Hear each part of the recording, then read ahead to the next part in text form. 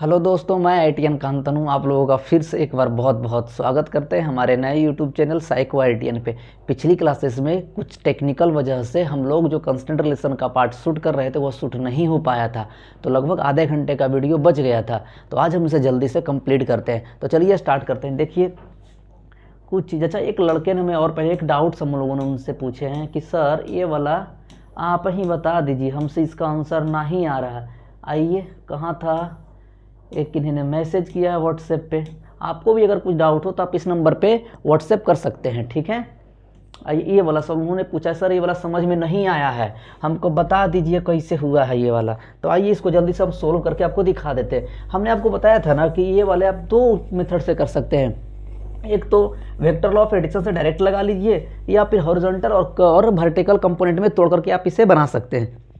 देखिएगा कैसे। देखो हमने कहा था ना, अच्छा इसका एक्सेलरेशन ये दिया हुआ है।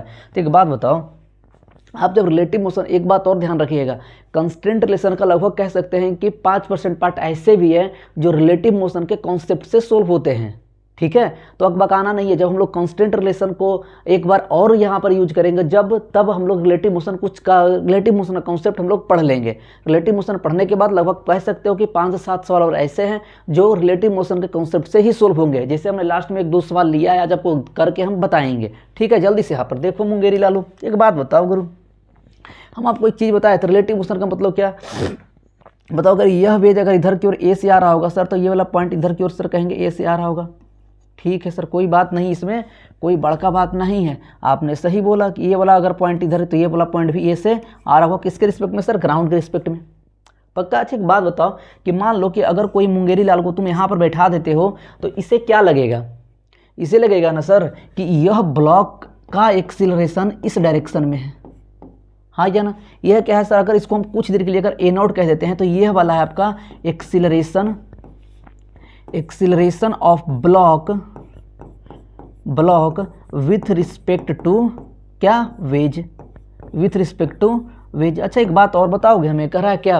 एक बात बताओ, ये वाला भी कह सकते हो कि यह डायरेक्शन ऑफ मोशन भी है ब्लॉक का वेज के रिस्पेक्ट, मतलब वेज को लगेगा कि यह पार्टिकल या ब्लॉक मोशन का डायरेक्शन इधर है, मतलब यह इधर ही सिर्फ और सिर्फ स्लाइड कर रहा है। जबकि ग्राउंड में यह इधर की ओर भी जा रहा होगा और इधर की ओर भी जा रहा होगा और नीचे भी आ रहा होगा, इसका नेट एक्सेलरेशन कहीं इधर होगा, ठीक है। आपको अगर जेट समझने में तकलीफ हो तो कोई बात नहीं, अगली वीडियो शायद हम लोग रिलेटिव मोशन पे ही लाने वाले हैं, तो उस पर आप जा करके देख सकते हैं, ठीक है। देखिएगा, तो हमने कहा ना कि एक बात बताओ कि अगर मान लो इससे यहाँ पर बैठा होगा तो ये इसके लगेगा कि ब्लॉक इधर की ओर मूव कर रहा है। एक बात और बताएंगे, हमने क्या कहा, अगर यह पॉइंट ए की ओर जा रहा होगा तो अगर यह पुल्ली के रिस्पेक्ट में अगर देखा जाए, देखो एक बात ध्यान देना, अगर पुल्ली रेस्ट में है तो जितना इधर से ए आएगा उतना ही ऊपर से जाएगा, पक्का।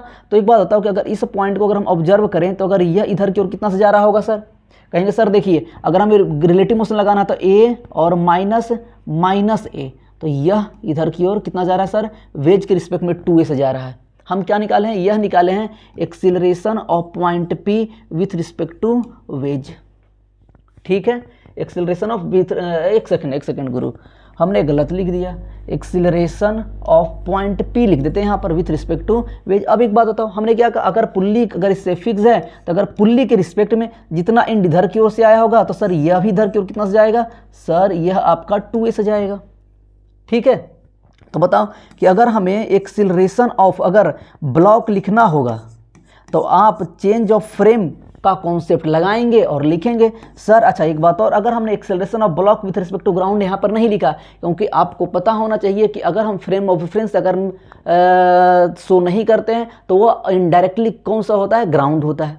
मेरी बात समझ पा रहे हैं? करा एकदम नहीं। तो एक बात बताएंगे हमें आप, अगर मान लीजिए कि यह अगर हमें लिखना होगा ग्राउंड के रिस्पेक्ट में तो हमें चेंज ऑफ फ्रेम क्या कहता है कि acceleration of block with respect to wedge, ठीक है। और प्लस फिर क्या लिख देते हैं sir? Acceleration of wedge with respect to ground. ना कहा जाए तो ग्राउंड अगर लिखना तो आपकी मर्जी, यहाँ ग्राउंड लिख दीजिए। मेरी बात समझ रहे होंगे। अच्छा एक बात और बताएंगे हमें, कह रहा है सर तो इसको हमने 2 तरीके से सोल्व करना सीखा था, या हॉरिजॉन्टल और वर्टिकल डायरेक्शन, इसका कंपोनेंट तोड़ करके आप ऐड कर सकते थे। मगर किन्हीं को लग रहा है सर, उन्होंने हमसे यह सवाल पूछा था कि ऐसा हम वेक्टर ऑफ एडिशन के थ्रू कैसे कर सकते हैं। तो देखो एक बात बताओ, हम करके तुम्हें दिखाई देते हैं। बताओ acceleration of block with respect to wedge किधर है सर? इधर की ओर 2a से है, कहा ठीक गुरु, ये आपका हम इसे अच्छा से बनाए दें, ये आपका 2a से है आपका। सर ये वाला कौन है, acceleration of block with respect to wedge का मैग्नीट्यूड सर यहाँ पर आपका 2a के बराबर है, ठीक। अच्छा एक बात और बताना, कह रहा है sir acceleration of wedge with respect to ground किधर की ओर है, इधर की ओर है। तो ये वाला वेक्टर को अगर हमने वेक्टर लॉ ऑफ रेडिएशन में क्या पढ़ा है कि पहले वेक्टर के हेड पे दूसरे वाले का टेल रखना है। तो सर इस वेक्टर को उठा करके हम ये वाला यहाँ पे रख देते हैं, ये वाला रख दो। ये क्या है सर, एक्सिलरेशन ऑफ वेज, कुछ ना कहा जाए तो sir with respect to ground ही आप समझेंगे, आप समझ पा रहे होंगे। अच्छा एक बात और आपने कहा होगा, मान लो कि अगर दोनों को हमें ऐड करना होगा तो वेक्टर लॉ ऑफ एडिशन से आप क्या ऐड करते थे, root under a square plus b square plus 2ab cos theta, जहां पर थीटा क्या होता था सर, वेक्टर ए और वेक्टर बी के बीच का एंगल। तो हमें बताएंगे वेक्टर ए वाला और एक वेक्टर ए वाला, इन दोनों वेक्टर के बीच का एंगल कौन सा होगा। तो कह रहा है मुंगेरी लाल सर ये वाला हो जाएगा। नहीं भैया, ये वाला एंगल नहीं है। आप जब पढ़े होंगे एंगल बिटवीन वेक्टर्स तो आपको पता होगा कि एंगल बिटवीन वेक्टर्स क्या होता है। तो हमें आपको बता ही देते हैं, वो होता है हेड से हेड आप देख लीजिए या टेल से टेल देख लीजिए। तो सर इसे मान लो हम यहाँ पर एक्सटेंड करते हैं, यहाँ पर हम अगर एक्सटेंड करें भैया तो ऐसे कहा है वो, तो ये आप आ जाइए यहाँ पर, तो आप इसे एक्सटेंड करेंगे क्योंकि हमें पता है किसी भी वेक्टर को आप स्पेस में, मतलब स्पेस का मतलब अंतरिक्ष वाला स्पेस नहीं, मतलब इस प्लेन ऑफ बोर्ड में आप कहीं भी डिस्प्लेस्ड कर देंगे तो वह वेक्टर सेम रहेगा तब तक जब तक उसका मैग्नीट्यूड और डायरेक्शन आप सेम रखते हैं।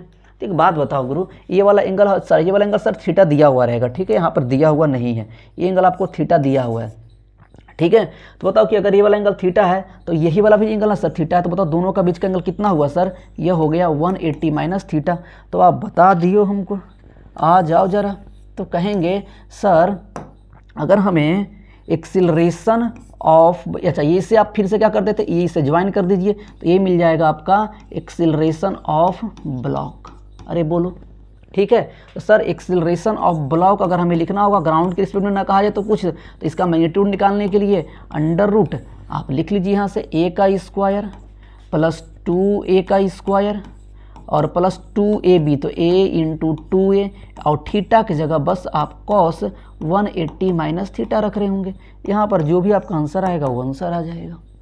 मेरी बात समझ रहे होंगे, कोई दिक्कत, कोई तकलीफ, कोई और तकलीफ हो तो बता दियो हमको, नहीं ना। आइए आगे, इसे स्क्रीनशॉट लेना है ले लीजिए जल्दी से। आज तुमको हम कंस्टेंट लेसन ख़त्म करके दिखाई देंगे। पिछली क्लास में हुआ क्या, ऐसा हुआ कि वीडियो को यहीं पर शूट करते करते कुछ टेक्निकल प्रॉब्लम आया और वीडियो टाइम फीस बोल दिया। चलो इसको हम फिर से कर लेते हैं। तो हम लोगों ने पिछली क्लास में क्या कर रहे थे सर, कर रहे थे रिजिड बॉडी कंस्ट्रेंट। देखो एक बात बताओ, रिजिड बॉडी कंस्ट्रेंट पढ़ने से पहले हम लोगों ने क्या देखा था कि रिजिड बॉडी होता क्या था। हमने आपको एक्सप्लेन किया था कि रिजिड बॉडी का मतलब ऐसा समझिएगा कि कोई भी दो पॉइंट्स अगर आप या मार्क करते हैं रिजिड बॉडी पे तो उन दोनों का डिस्टेंस कभी बदलना नहीं चाहिए। लाइक रॉड, लाइक अगर रॉड बोल दीजिए, मतलब कैसे जैसे अगर जो आप चेन पहनते हैं गले में वो भी बोल सकते हैं, तो वो रिजिड बॉडी नहीं है क्योंकि उन दोनों का शेप बदलते रहा। शेप का मतलब ये नहीं होता कि लेंथ का डिपेंड कर रहा है, नहीं। जैसे आपका अगर ये लेंथ यहाँ पर ऐसे था तो हमेशा अगर ये पॉइंट हमने यहाँ मार्क किया, अगर ये पॉइंट हमने यहाँ पर मार्क किया तो हमेशा जैसे मूव करे आपका, मगर इन दोनों पॉइंट के बीच हमेशा डिस्टेंस सेम रहना चाहिए था। मेरी बात समझ रहे थे। तो रिजिड बॉडी क्या होता है हम लोग पिछली क्लास में एक्सप्लेन कर चुके हैं। तो आगे आइए, आज हम लोग रिजिड बॉडी का कंसेप्ट यूज करके यहाँ पर कुछ कंस्ट्रेंट सोल्व करने की कोशिश करते हैं। देखो इसने कहा ना कि एक आपका रॉड है और ये वाला वॉल्स के थ्रू यह स्लाइड हो रहा है, मतलब ये नीचे आ रहा है तो ये वाला इधर की ओर जाएगा। और आपको दे रखा है कि the rod over slides the walls that the instant end of, अच्छा इंड ए कौन है सर, अब हमें तो पता नहीं, तो मान लो ना इंड यही वाला है जी, ए और B. End A is u, मान लेते हैं कि ये वाला नीचे की ओर सर यह यू से आ रहा था, तो बोल रहा है इस इंड का वेलोसिटी कितना होगा। तो देखो हम एक बात बताएं, हम एक बात आपसे पूछते हैं, तो अगर रॉड का कंस्टेंट यूज करना हो तो हम क्या यूज कर सकते हैं सर। इसमें कंस्टेंट ये है ना कि कभी भी दो पॉइंट्स के बीच का लेंथ कभी भी चेंज नहीं होगा। तो एक बात हमें बताओ कि अगर मान लो सर कि अगर लेंथ हम कुछ देर के लिए एस आप बोल दीजिए, एस से आप ज़्यादा कंफर्टेबल है, तो अगर हम एस बोल दें तो यह एस का लेंथ कभी भी बदलेगा नहीं। मतलब अगर आज अगर लेंथ इसका एस है रॉड का तो कल भी एस ही रहेगा, कुछ देर के बाद भी एस ही रहेगा। समझ पा रहे मेरी बात। देखो एक बात बताओ आगे, अच्छा कुछ एंगल आप ये थीटा दिया होगा, यहाँ पर दिया हुआ नहीं है। यहाँ पर एक चीज़ हमें बताओ कि मान लो अगर ये यू से जा रहा होगा तो मान लेते हैं कि यह इधर की ओर से कितना से जा रहा होगा, इसे हम कह देते हैं सर V0 से कह देते हैं, ठीक है।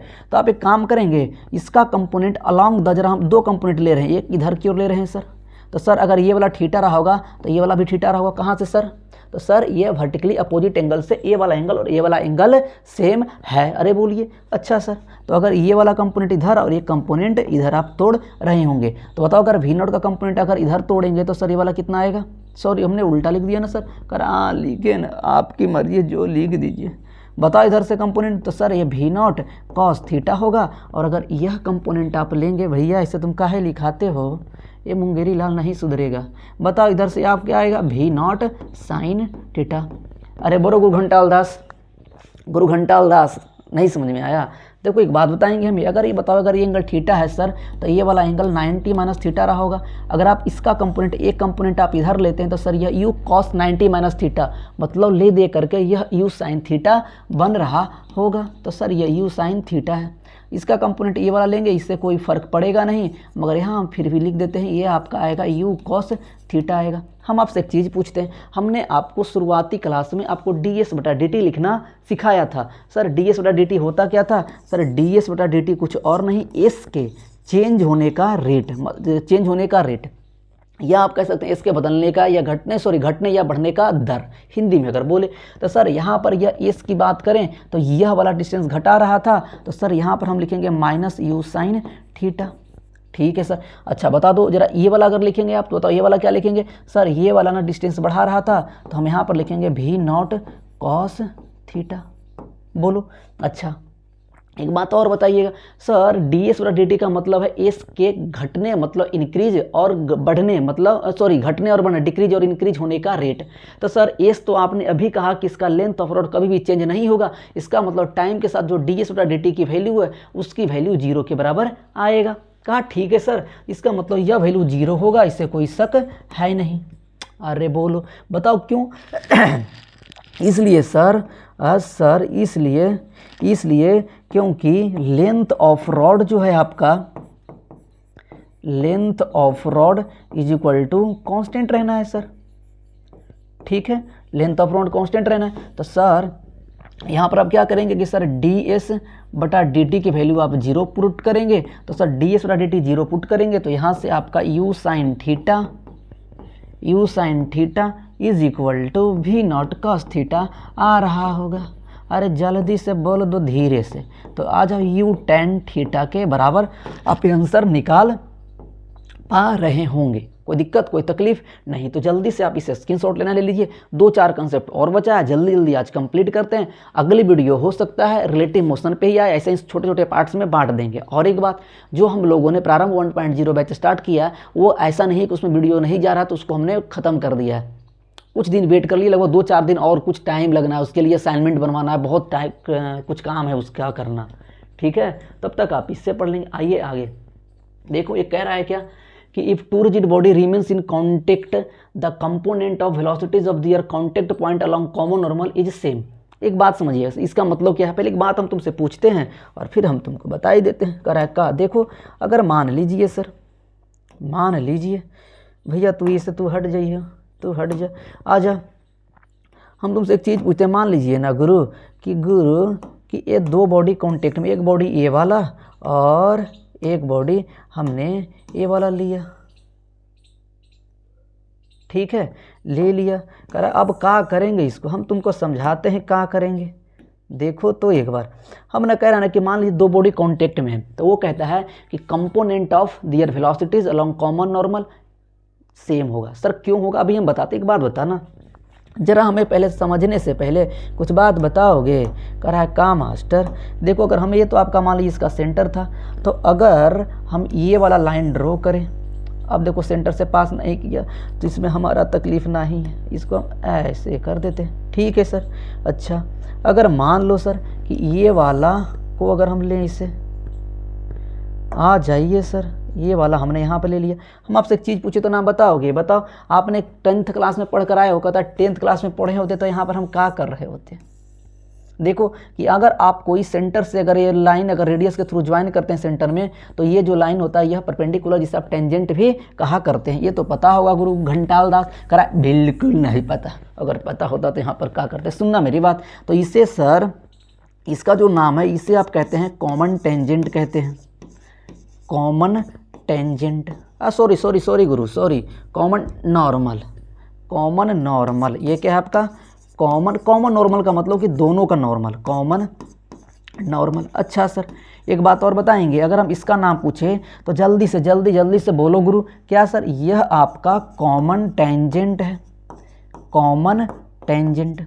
कहा ठीक सर, कॉमन टेंजेंट। एक बात बता दी हमको, कह रहा ना कि देखो एक बात बताना कि मान लो कि इसकी वेलोसिटीज सर, इसकी वेलोसिटीज भैया आजियो, ये वाला मान लो पार्टिकल इधर की ओर मूव कर रहा था और एक इधर की ओर मूव कर रहा है।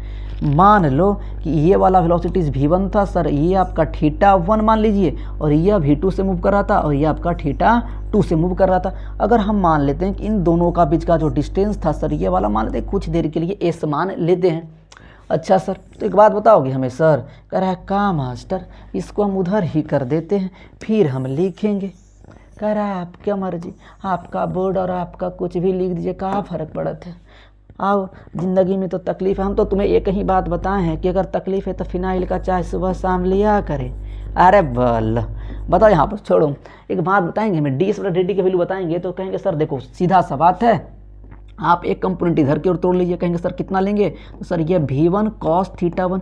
सर ये वाला कंपोनेंट कितना आएगा? तो सर ये आ जाएगा v1 sin θ1। अच्छा सर, अगर आप बता दो गुरु कि अगर ये कंपोनेंट लेने जाएंगे तो ये क्या आएगा आपका v2 cos θ2, और ये वाला कंपोनेंट लेने जाएंगे तो यह आएगा v2 sin θ2। अरे बोल दो, कोई तकलीफ नहीं? पेट दर्द, माथा दर्द, ऐसा जैसा कुछ समस्या हो? नहीं? ठीक है, तो देखो इधर आ जाओ। तो ds/dt की वैल्यू आप लिखने जाएंगे सर, तो कहेंगे देखिए ds/dt का मतलब है दोनों के बीच के डिस्टेंस s का घटने या बढ़ने का रेट। आपने यही पढ़ा है ना? तो सर यहाँ v1 cos θ1 है, वह डिस्टेंस को घटा रहा था, तो इसलिए हम वहाँ पर माइनस लिख लेते हैं सर। तो ये क्या है? माइनस v1 सर cos θ1 और प्लस v2 cos θ2। एक बात बताओ, कह रहा है क्या सर हम तुमसे चीज़ पूछे हैं तो बताओ कि ds/dt की वैल्यू क्या होना चाहिए। देखो एक बात बताओ, मान लो कि अगर यह रिमेन कांटेक्ट में रहना है, कांटेक्ट में रहना है, तो क्या होगा कि सर इन दोनों का बीच का डिस्टेंस कभी भी घटना नहीं चाहिए। अगर अभी ये कांटेक्ट में, अगर इन दोनों के बीच का डिस्टेंस अभी अगर s है, तो आने वाले टाइम किसी भी टाइम पे, आने वाले टाइम के किसी भी टाइम पे हमेशा उन दोनों के बीच का डिस्टेंस s रहेगा सर, पक्का? अरे हाँ, देखो तो एक बात बताएंगे, अगर कहेंगे सर ऐसा नहीं हुआ तो क्या हुआ? एक अच्छा एक और हमें किसी ने डाउट पूछा सर इस कंपोनेंट का क्या करेंगे। एक बात बताओ भाई, क्या v1 cos θ1 अगर आप इसे लिखोगे तो सर ये है क्या? ए ससुरे तो इससे काहे होवत है? आ जाओ, अगर हम आपसे एक चीज़ पूछें तो सर क्या अगर इसका हम नाम लिखें तो सर है क्या? ये component of velocities of sphere. ये क्या है sir? Component of velocities, velocity of sphere, sphere along किधर सर? अलोंग कॉमन नॉर्मल या टेंजेंट। कॉमन टेंजेंट को हम CT लिख रहे हैं। अच्छा सर, तो बताओ ये वाला भी क्या है? ये भी आपका कि कंपोनेंट ऑफ रेक्टेंगुलर ब्लॉक बोल दीजिए, rectangular block along common normal. अरे नहीं, टेंजेंट, ठीक है, कॉमन नॉर्मल वाला तो ये है। तो सर अगर यह अगर मूव करेगा तो इन दोनों के बीच का डिस्टेंस घटने और बढ़ने में यह रिस्पॉन्सिबल नहीं था, जो कि हम ds/dt में जब शुरुआती दौर में हम लोग पढ़ कर आए पहले वीडियोस कंस्टेंट का, उसमें हमने आपको बखूबी बहुत अच्छे से समझाया।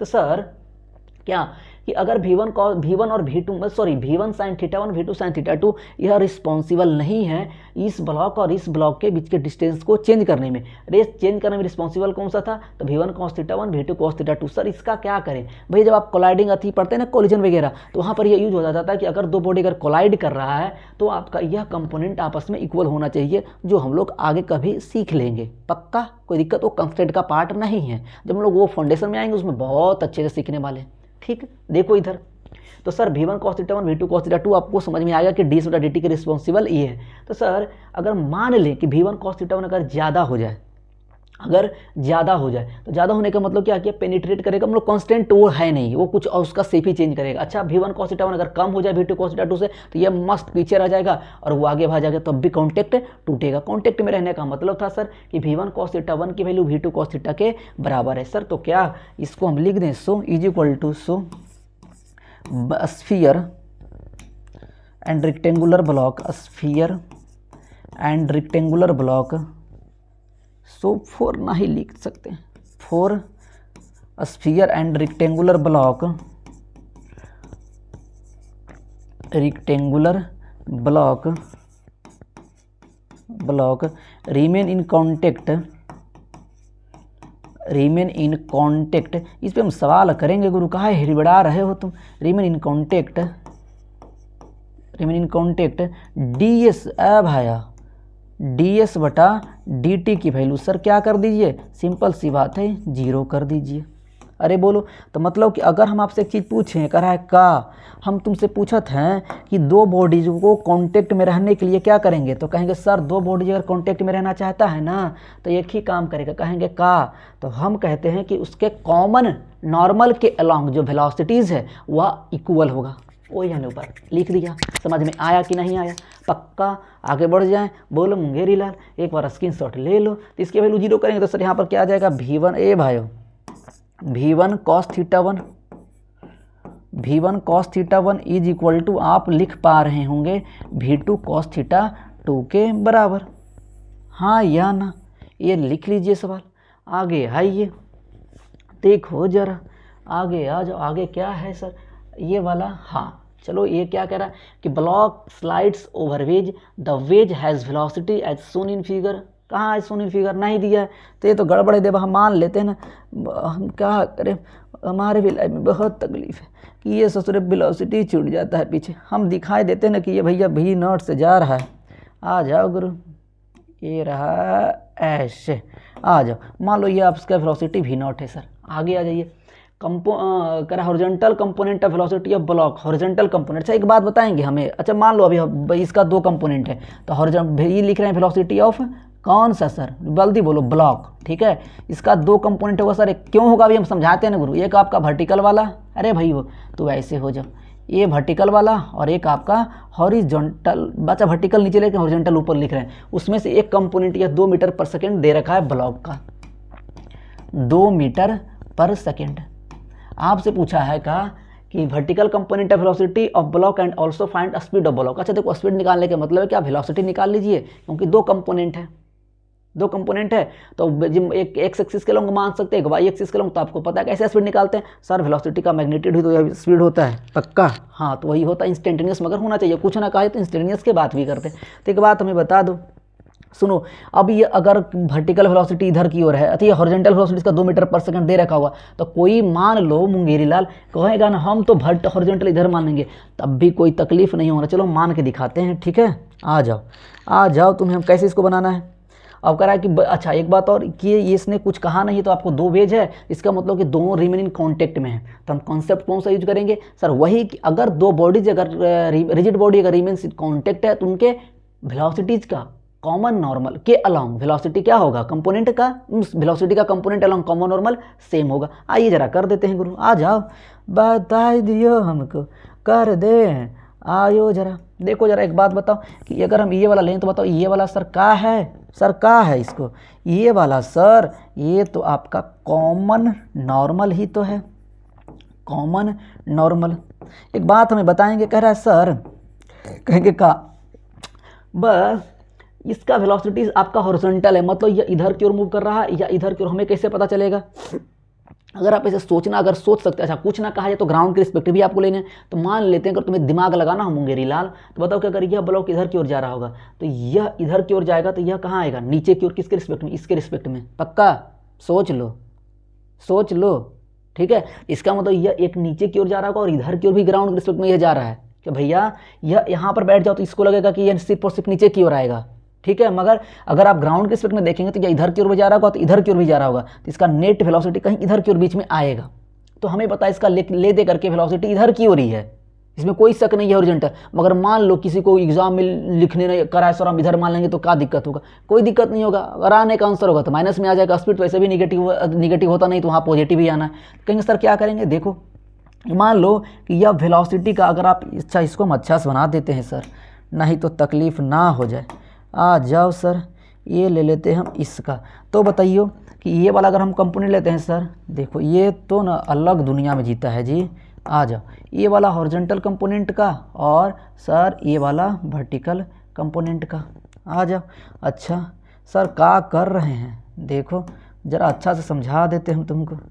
आओ एक बात बताएंगे, अब बताइए इसने दे रखा है सर कि ये जो वेलोसिटी है ना ये आपका 2 मीटर पर सेकेंड है और ये हमें भी वाई निकाल लेना है। कह रहा कैसे निकालेंगे, वही तो निकालने आए। अच्छा ये वाला एंगल आपको ना मान लेते हैं कुछ देर के लिए 37 दिया हुआ और दिया भी रहेगा, ठीक है, हमने छूट गया यहाँ पर। अच्छा बताओ इसी पॉइंट का अगर हम ब्लॉक का देखेंगे सर, अति वेज का देखेंगे तो वेज का बता दो हमको कि क्या होगा। सर वेज का ये वाला जो अगर देखेंगे तो ये वाला वेज, आ जाओ सर ये भाया आ जाओ। तो सर ये वेलोसिटी भी v0 ही रहा होगा, v0 ही रहा होगा। With the as shown figure v0 ही कुछ वैल्यू दिया होगा, हमें नहीं पता, भूल गए हम, ठीक है, कितना v0 ही मान लेते हैं। अब देखो आपको लिखना बस आना चाहिए along the component of velocity along the common normal. Sir कैसे लिखेंगे, एक बात बताओ कि आपको पता है कि अगर दो लाइन के बीच का अगर एंगल थीटा है, क्या हमने कहा कि अगर दो लाइन के बीच का एंगल थीटा तो उनके परपेंडिकुलर्स के बीच के भी एंगल थीटा होते हैं। तो सर अगर ये 37 है तो कुछ जगह थीटा ही हम इसको बोलते चलते हैं, लास्ट में रख लेंगे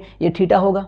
ठीक सर, एक बात बताओ, आप बताएंगे हमें कि अगर ये वाला पॉइंट को हमने कंसिडर कर लिया है दोनों पे जो कॉमन है, तो सर अगर यह कंपोनेंट और यह कंपोनेंट, यह किसका हाँ कंपोनेंट है वेलोसिटी किसका सर, ब्लॉक का, तो हम पहले इधर कॉमन नॉर्मल के लॉन्ग लिखते हैं। तो मान लो अगर इसका नेट वेलोसिटी इधर की ओर कंपोनेंट लिखना है तो सर क्या लिखेंगे, v y cos theta. Sir जल्दी से बता देना, वी वाई कॉस थीटा। और यह कंपोनेंट अगर ये थीटा है सर तो देखो जरा थीटा है तो ये वाला भी एंगल थीटा होगा कि नहीं होगा, भाई वर्टिकली अपोजिट एंगल भैया, अरे भाई वर्टिकली अपोजिट एंगल, तो ये थीटा तो ये 90 माइनस थीटा, तो वापस ये वाला भी एंगल थीटा ही रहा। ऐसा भी देख सकते थे, ये जेड बन रहा है अल्टरनेट इंटीरियर एंगल। तो बताओ कि v y cos theta, theta की वैल्यू 37 रख लेंगे, तो वी वाई कॉस थीटा इसको इधर ले आएंगे तो देखो प्लस नहीं माइनस इसका कंपोनेंट आप इधर लेंगे तो बताओ कितना आएगा, 2 sine theta is equal to किसके बराबर। सर इसका कंपोनेंट इधर की ओर लेंगे तो बताओ कितना, वी नॉट। अच्छा ये वाला थीटा तो 90 माइनस थीटा, तो मतलब वी नॉट साइन थीटा बोल सकते हैं सर। अरे बोलो अगर हम गलत ना है तो देख लो। सर आपको एक मन में डाउट आएगा, एक बात बताइए सर आप इसको माइनस क्यों लिखें। देखो एक बात बताओ, हम अगर नेट कंपोनेंट लिख रहे हैं वेलोसिटी का किसका, ब्लॉक का, तो अगर इस डायरेक्शन में वी नॉट का कंपोनेंट इस डायरेक्शन में आ रहा है तो इसका भी कंपोनेंट इधर की ओर ही आना चाहिए। अरे भैया देखो पीछे वाला देखो, ये देखो है या नहीं है, तो आ गया ना। तो इसीलिए हमें यहाँ पर यह डायरेक्शन ऊपर की ओर था, हमने इस डायरेक्शन को पॉजिटिव मान रखा था तो इसको हमें माइनस लिखना पड़ा। तो आ जाओ यहाँ से जरा वी वाई और बताओ कि cos 37 कितना होता है सर, 4/5 रख लीजिए यहाँ पे 4/5 माइनस 2 साइन 37 कितना होता है सर, 3/5 इज इक्वल टू यहाँ से वी नॉट इंटू 3/5 निकाल पा रहे हैं। यहाँ से वी वाई जो भी आएगा आप निकाल लीजिएगा, वी नॉट आपको दिया रहेगा 3 4 5। जैसे हम कोई डाटा मान लें तो वी वाई का वैल्यू हम एक मान ले डेटा तो वी नॉट का वैल्यू कितना माने हम, कितना मान, इसको 1 मीटर पर सेकंड ही मान लीजिए ना, चलिए ठीक है गुरु। तो आ जाइए 1 मीटर पर सेकंड रख देंगे यहाँ पर आपका वी वाई, तो निकाल ही देते हैं हम। सर यहाँ पे 1 रखेंगे 3/5 प्लस 3 दूना 6/5, तो कितना हो जाएगा 3/5 प्लस 6/5, 3/5 प्लस 6/5 मतलब सर 9/5। और यहाँ पर भी तो 4/5 था सर, इसे खा जाइए तो कितना बचेगा सर, वी वाई का वैल्यू आएगा सर 9/4। अब बताओ तो क्या हुआ सर, देखो ब्लॉक का 2 कंपोनेंट हमें पता चला कि नहीं चला सर, यह इधर की ओर 2 मीटर पर सेकेंड वाला और इधर की ओर कौन सा आया सर 9/4। तो इसका नेट वेलोसिटी इधर की ओर है सर, इसका अगर रिजल्ट मैग्नीट्यूड निकालना स्पीड का तो सर 9/4 मतलब 16 कितना आएगा सर, जल्दी से बता दो, 81/16 और प्लस 2 दूना 4 तो 16 चौके 64 ऐड जितना भी आएगा आपका ये आंसर हो जाएगा। ठीक है आप लिख लेंगे, आगे कोई दिक्कत है तो बताइए हमको। आगे चल तो बढ़ते हैं, जरा इसको स्क्रीनशॉट लेना है ले लो गुरु, आगे आ जाए, आगे आइए। देखिए कुछ कंसेप्ट और जल्दी जल्दी खत्म करते हैं, बस हो गया। ये भी वही चीज़ें हैं, कॉमन नॉर्मल या कॉमन टेंजेंट के अलोंग, कॉमन टेंजेंट नहीं बोलना, कॉमन नॉर्मल के अलोंग ही तोड़ना है। कॉमन टेंजेंट के अलोंग जो कंपोनेंट होते हैं वेलोसिटीज़ का वह रिस्पॉन्सिबल नहीं होता इसको घटाने और बढ़ाने में, कोई तकलीफ नहीं। हम कहते हैं कि अगर तुम्हारी लाइफ में तकलीफ हो तो एक उसका एक ही उपाय, 100 प्रॉब्लम एक उपाय, करा का वही फिनाइल का चाय सुबह शाम 2 बूंद वाला। आ जाओ गुरु आ जाओ, एक बात बताओ, आ जाओ जरा। तो ये भी चीज़ पढ़िए जरा, सवाल एक बार पढ़ेंगे तब क्या कर रहा है, पढ़िएगा जरा कि 2 wedges and the sphere shown in figure remain in contact to find the speed of sphere. ये वाला आप देखो, यह ब्लॉक इधर की ओर मूव कर रहा है वेज, और यह वेज इधर की ओर 2 मीटर पर सेकंड से मूव कर रहा है, तो यह किधर की ओर मूव करेगा। सुनिएगा जरा। तो सर हम क्या करेंगे, देखो तो एक बात बताओगे हमें, अगर मान लो कि अगर कांटेक्ट में, तो ये एक भाई तुम कहाँ आ गया, ये वाला हमें तो डॉटेड वाले लाना है, ये आ जाओ। ये वाला हमें क्या है सर, ये वाला कॉमन नॉर्मल है पहले वाले ब्लॉक वेज और स्फीयर के बीच का। सर ये वाला क्या है, सर ये वाला है कॉमन नॉर्मल, एक वेज दूसरे वाले वेज और स्फीयर के बीच का, कोई दिक्कत नहीं सर। तो एक बात बताओगे हमको, करा का मास्टर बताओ जरा इस पॉइंट के अगर देखते हो तो यह अच्छा एक बात और समझ में आने, सर हमें अगर स्फीयर का ना तो यहाँ हॉरिजॉन्टल कंपोनेंट पता ना तो वर्टिकल, तो इसका मतलब हमें इसका कंपोनेंट दोनों मान के चलना होगा, मतलब यह नीचे भी आ रहा होगा और हॉरिजॉन्टल डायरेक्शन में भी मूव कर रहा है। कोई तकलीफ करा है ना, सर दर्द देने लगा है, बताइए क्या करें। एक उपाय, तुम्हें क्या ही बताएं, हम कुछ नहीं बोलेंगे तुम्हें, अभी तो शुरुआत में है गुरु ना। आओ जरा एक बात बताओ, तो सर हम क्या करते हैं कि हम से मान लेते हैं कि से स्पीड या से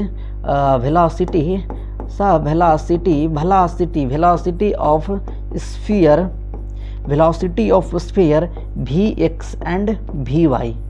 ठीक है, अब ये लिखना पड़ेगा, कंपोनेंट्स आपको लिख लेंगे, हमें समझ में आ रहा है कि अगर Vx और Vy लिखे तो कंपोनेंट का ही बात की है। तो सर एक बात बताओ गुरु कि अगर ये वाला हम देखें तो सर ये वाला इंड, यह मतलब जो कांटेक्ट में है पॉइंट, यह पॉइंट इस पे भी है और उस पे भी है, तो ये वेज वाला सर यह 1 मीटर पर सेकंड इधर से मूव करेगा। ठीक है सर। अच्छा ये वाला यहाँ देखेंगे तो एक इधर की ओर Vy से आ रहा होगा, और मान लो कि Vx इधर से यह जा रहा है आपका। ठीक है स्फीयर। अच्छा देखो यहाँ एंगल फिर से हम छोड़ दिए, सॉरी हम काहे ऐसे करते हैं, मान लो यहाँ पर 37 डिग्री है ये वाला, ठीक है, ये वाला मान लो 53 डिग्री है। ठीक, अब क्या करोगे, लिख लो हाँ 37 और 53 ही मान लो। ठीक है, कुछ देर के लिए कुछ हो, कोई भी एंगल हो सकता है, हम अपनी तरफ से मान लिए दिया हुआ होगा, मगर हमने ही टाइप किया ही नहीं है, छोड़ दिए होंगे, हम ही भुलक्कड़। आओ जा, अबे वो गुरु घंटाल दास देखो इधर, आइए इधर। तो एक बात बताएंगे हमें, कह रहा है सर क्या कि अगर इस कंपोनेंट के अलोंग आप बराबर करेंगे तो बताओ कि यहाँ पर ये वाला भी कंपोनेंट, इसका वेलोसिटी Vy होगा स्फीयर का, और इधर की ओर सर कितना होगा सर Vx होगा। अच्छा एक बात बताओ,